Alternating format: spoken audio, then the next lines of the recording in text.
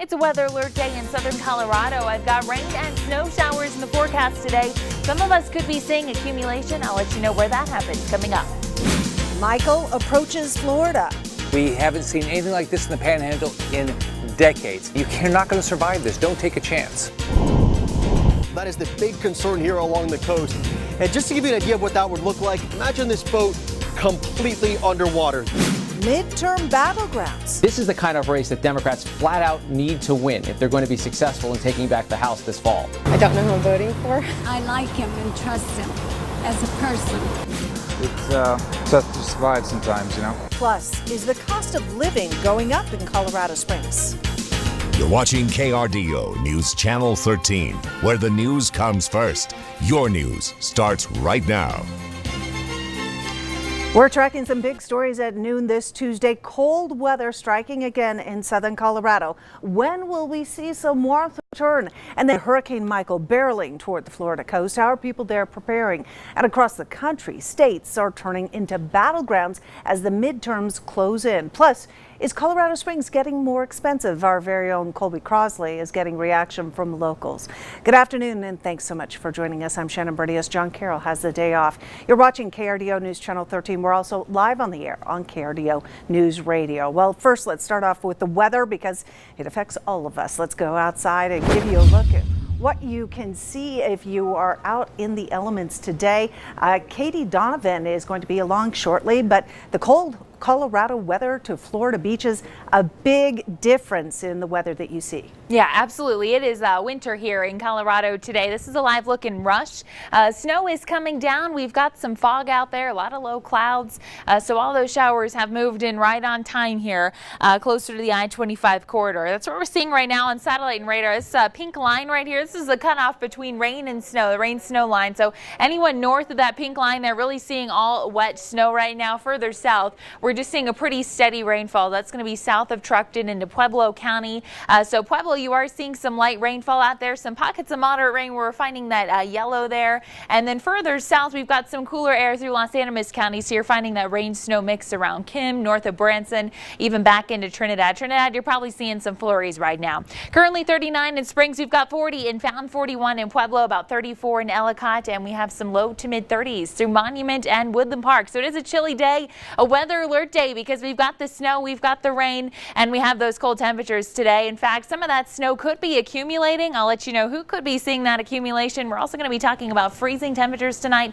Freeze watch is in place. That's all coming up. Shannon? Okay, Katie, thanks. Well, from our Colorado weather to the Florida beaches, as we were saying, there is this big change, this big difference in the scenes between there and here.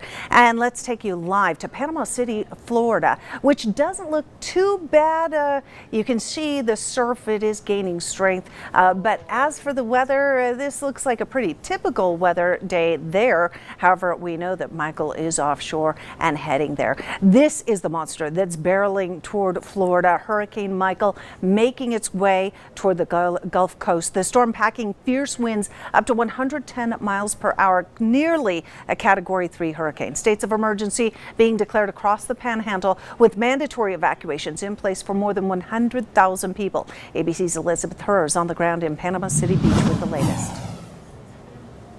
As of 6 a.m., a mandatory evacuation order went into effect where we are. In fact, take a look. The beach behind me, a virtual ghost town, and this is exactly what officials want to see. They've been pleading with residents, do not take any chances.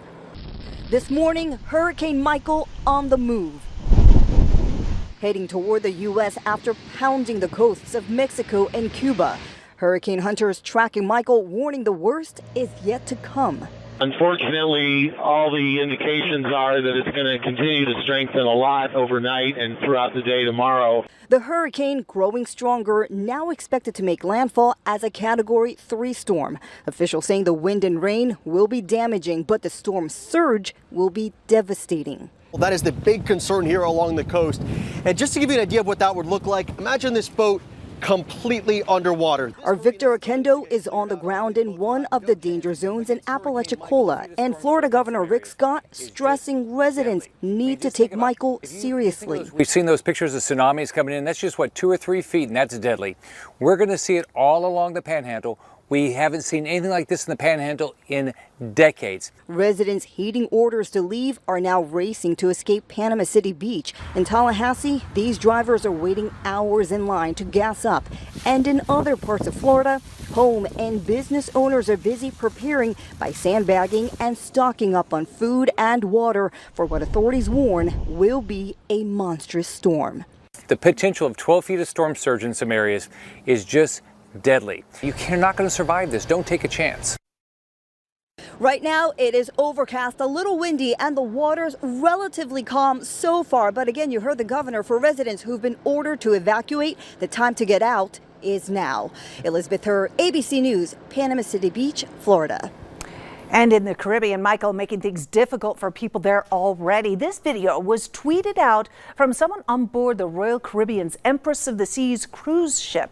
Just look at the rough seas that they are sailing in. This is off the coast of Cuba. Lightning striking off in the distance repeatedly. We're going to continue to monitor Hurricane Michael's movement, and you can get the latest on the storm while on the go by downloading our news app from the Apple iTunes Store or the Android Marketplace. Breaking news from the nation's capital. During a meeting at the White House, President Trump announced UN Ambassador Nikki Haley will step aside by the end of the year. Trump says she told him several months ago she wanted to take time off. Haley stated that government officials need to know when to leave a position. Trump plans to name a replacement in the next 2 or 3 weeks. Haley became UN Ambassador in January of 2017. Prior to her appointment by Trump, she served as South Carolina's governor. Now to your Colorado Capitol report. The two men vying for our state's governor's seat faced off again last night in the Steel City. Democrat Jared Polis and Republican Walker Stapleton talked about issues facing southern Colorado like marijuana and the homeless. They also talked about School District 60 in Pueblo going to a 4-day week. Stapleton saying that administrators are being paid too much. Polis arguing that schools should go to 4 days if they choose to. That is money that you and me as parents and taxpayers and investors in the future of our public education system are spending that is not getting in the classroom where it belongs. Some districts choose to go to 4-day or offer that as an option, but no district should be forced out of economic necessity to cut a day from the school week. The most talked about moment of the night was when Stapleton was booed by the audience after making a comment about Polis's 2 young kids. Does that mean you tell your kids to smoke weed for schools? Is that the idea? Talking there about the issue of medicinal marijuana being used by students. Now, the next debate between the two gubernatorial candidates will be held on October 13th. It'll be held here in Colorado Springs. From the Colorado battle to the national battle now, as elections across the nation are being anticipated for what's expected to be one of the most closely watched midterms in recent memory. And one of those important midterm elections is taking place in Pennsylvania. Right now, the state's 17th congressional district is being fought over by 2 sitting congressmen. ABC's Janae Norman has the latest from Pennsylvania. It's incumbent versus incumbent in Pennsylvania's newly drawn 17th congressional district, the country's only congressional race with 2 sitting congressmen. This is the kind of race that Democrats flat out need to win if they're going to be successful in taking back the House this fall. The race pits Connor Lamb, a young, energetic, moderate Democrat, against staunch social conservative Keith Rothus, gunning for the new district, now encompassing all of Beaver County and parts of Allegheny County, with a lot of moderate voters up for grabs, like Debbie Beck, a registered Republican who says she's undecided which candidate will get her vote. I don't know who I'm voting for. And Tim Frazier, a registered Democrat and member of the local steelworkers union. As far as the congressional election, I stand behind Connor Lamb. He's had our back and we have his back. Lamb has momentum after narrowly beating a Republican in March, winning a special election for the state's 18th district, a deep red district President Trump won by 20 points in 2016. Now running in this new district, redrawn by the state Supreme Court and home to an estimated 70,000 union workers. This is a district with a lot of building trades workers, construction workers, electricians, welders. Keith Rothus does not relate to them. and Connor Lamb does. Last month, Republican Representative Keith Rothis took a hit when the National Republican Campaign Committee stopped spending money to help his campaign, a sign they may be cutting losses. But he's backed by President Trump, who tweeted that Keith is strong on crime, the border, and our Second Amendment, loves our military and our vets. We found a couple who say Rothis is the way to go. I like him and trust him as a person. He's from our area, and he's a good guy. Polls have shown Lamb up by double digits. The president's party historically loses seats during the midterm, but President Trump has predicted a red wave come November, though maybe not in this district. One poll showing 51% of the district disapproving of how he's doing in office. Janae Norman, ABC News, Aspinwall, Pennsylvania. We have a community alert for you. Is your wallet feeling a little thin these days? It could be from anything from gas for your car to the rent you pay. A recent study out from Forbes shows that the cost of living here in Colorado Springs has skyrocketed since last year. KRDO News Channel 13's Colby Crossley joins us live. And Colby, just how expensive is it to live here in this city? Well, in a recent study, Colorado Springs was listed as one of the best places to live in the country. And now Forbes is saying it's also one of the most expensive places to live in the country. So we took to the streets of downtown Colorado Springs and we asked people about the rise in cost of living. In the last year, Colorado Springs has seen a 36% increase when it comes to cost of living. That's good for first in the nation. It's tough to survive sometimes, you know. I grew up, this was a small town, and so yeah, to live in a city, you know, like this is not something I prefer. In fact, I'm moving to Montana. In 2017, the income you needed to support yourself and cover the key necessities, luxuries, and savings was nearly $50,000. Now, you need to make $67,000. However, some people say they haven't noticed a difference. I haven't really noticed it. Haven't seen a big change for me personally. I feel like the cost of wages went up as well. The driving force behind this increase?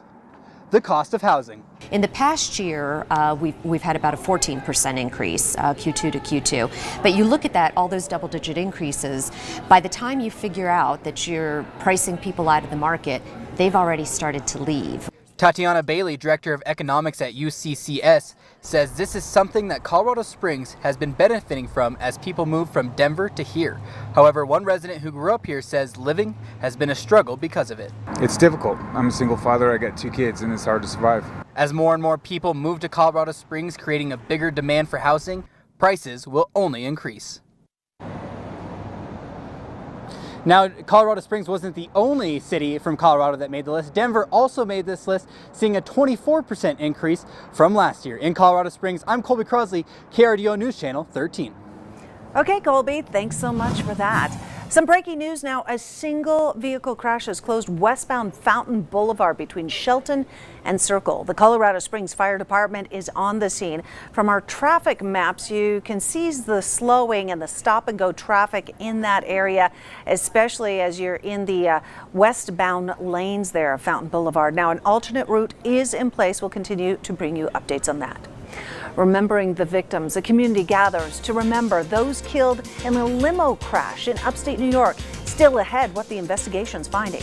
But first, our very own Hannah Knutson is showing us how Instagram is putting its foot down on cyberbullying. And if you're still struggling with allergies, we have a lot of rain and snow in the forecast both today and later on tonight. I'll be tracking out those afternoon showers and storms, which should help bring those pollen levels down some coming up.